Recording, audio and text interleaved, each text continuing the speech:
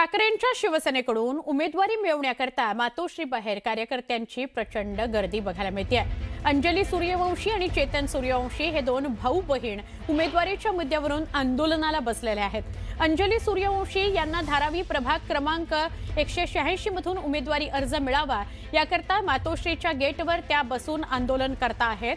तर याआधी आपले आई-वडील नगरसेवक होते, आता पुन्हा वॉर्ड अनुसूचित जातीकरता आरक्षित झालेला आहे, त्यामुळे आम्हाला पुन्हा उमेदवारी मिळावी अशी मागणी करण्याकरता हे बहीण भाऊ आई-वडिलांचा फोटो घेऊन आंदोलनाला बसलेले आहेत।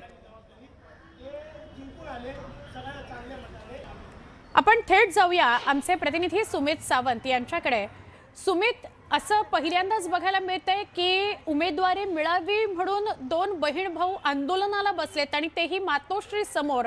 काय चित्र आहे, काय भावना आहेत त्यांच्या, काय वातावरण आहे? थेट आपण आधी ही गर्दी दाखवतो मी तुम्हाला मागची, पण इकडे मातोश्रीवर कलानगरमध्ये सकाळपासूनच सगळे लोक यायला लागलेले आहेत, कारण उमेदवारी मिळावी ही प्रत्येक कार्यकर्त्याची इच्छा आहे, कारण ही कार्यकर्त्याची निवडणूक आहे आणि म्हणूनच हा कार्यकर्ता सध्या इथे आलेला आपण बघतोय। या बाजूला गर्दी आहे, त्या सगळ्या गर्दीकडे पण मी जाणार आहे। बहीण भाऊ आहेत, कुठून आलात तुम्ही? आम्ही धारावी विधानसभा वॉर्ड नंबर 186, आता जो SC महिला राखीव आहे। अच्छा, जे आई वडील आहेत, जे दीड वर्षापूर्वी एक्सपायर झाले, पहिले पप्पा वडील आवाज जरा स्पष्ट आपल्यापर्यंत पोहोचत नाहीये, आपण पुन्हा सुमितशी बोलूया। पण ही दृश्य मात्र अत्यंत बोलकी आहेत। मातोश्री बाहेर गर्दी व्हायला सुरुवात झालेली आहे, कारण जे कार्यकर्ते गेली अनेक वर्ष पक्षाचं काम करत आहेत त्यांना साहजिकच अशी अपेक्षा आहे की आम्हाला उमेदवारी मिळावी, आणि त्यामुळे अनेक इच्छुक उमेदवार मातोश्री बाहेर गर्दी करताना दिसत आहेत। तसेच हे दोन बहीण भाऊ आहेत जे धारावी परिसरातून आलेले आहेत आणि त्यांना दोघांनाही उमेदवारी हवी आहे, त्यामुळे ते आंदोलन करायला बसलेले आहेत मातोश्री बाहेर।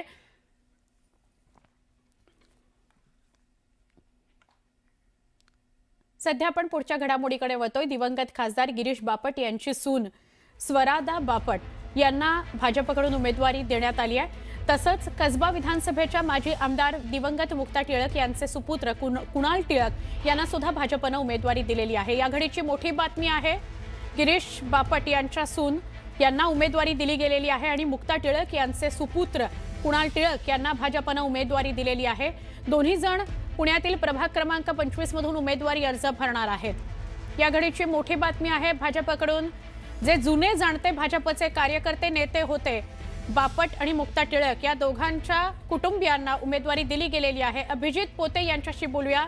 अभिजित, मोठी घडामोड आहे, एकतर गिरीश बापट यांच्या सून आणि मुक्ता टिळक यांचे सुपुत्र यांना उमेदवारी। पुन्हा एकदा हेही बघायला मिळतंय की जुन्या जाणत्या कार्यकर्त्यांना लक्षात ठेवलं गेलं, त्यांच्या कामाला लक्षात ठेवलं गेलं आणि तरुणांचा उमेदवारीमध्ये सहभाग असावा हेही बघितलं गेलंय, काय सांगाल?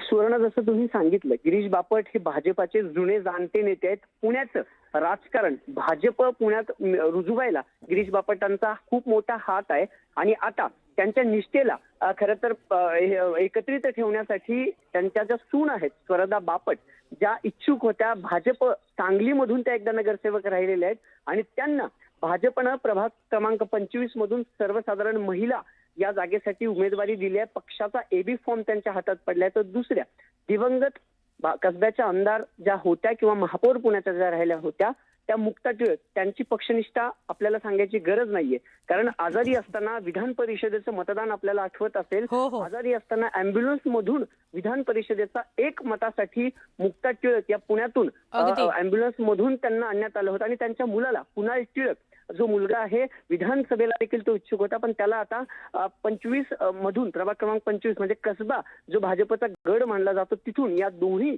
निष्ठावंतांच्या नेत्यांना, एकाच्या सुनेला तर दुसऱ्या मुक्ता टिळकांच्या मुलाला उमेदवारी देत भाजपनं या दोन्ही दिवंगत नेत्यांची पक्षाशी असलेली निष्ठा पुन्हा एकदा सिद्ध केलेली पाहायला मिळते। स्वरदा बापट आणि कुणाल टिळक यांच्या उमेदवारीने प्रभाग क्रमांक 25 मधून कार्यकर्त्यांना पुन्हा एक नवी ताकद देण्याचा प्रयत्न भाजपने केलाय। 90 पेक्षा अधिक जणांना AB फॉर्म भाजपने वाटले, त्यामध्ये अनेक जण स्टँडिंग आहेत तर अनेक नव्या चेहऱ्यांना जसं की गजानन एकबोटेंच्या मुलगी असतील निवेदिता एकबोटे, हा देखील भाजपसाठी नवीन चेहरा आहे. अशा अनेक तरुणींना, नव्या बरोबर. चेहऱ्यांना भाजपनं पुण्यातून संधी द्यायला सुरुवात केली आहे. अगदी बरोबर. धन्यवाद अभिजित, सविस्तर माहिती दिलीत, विश्लेषण केलं त्याबद्दल.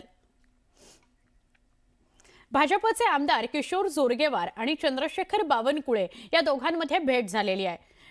जोरगेवार हे बावनकुळेंच्या भेटीला गेलेले आहेत. भाजपच्या बैठकीमध्ये किशोर जोरगेवार आणि सुधीर मुनगंटीवार यांच्यात काल वाद झालेला होता.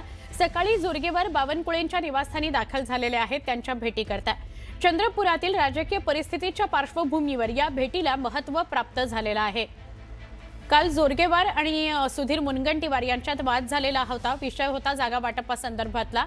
तर तो वाद झाल्यानंतर आज जोरगेवार चंद्रशेखर बावनकुळे यांच्या भेटीला आलेले आहेत.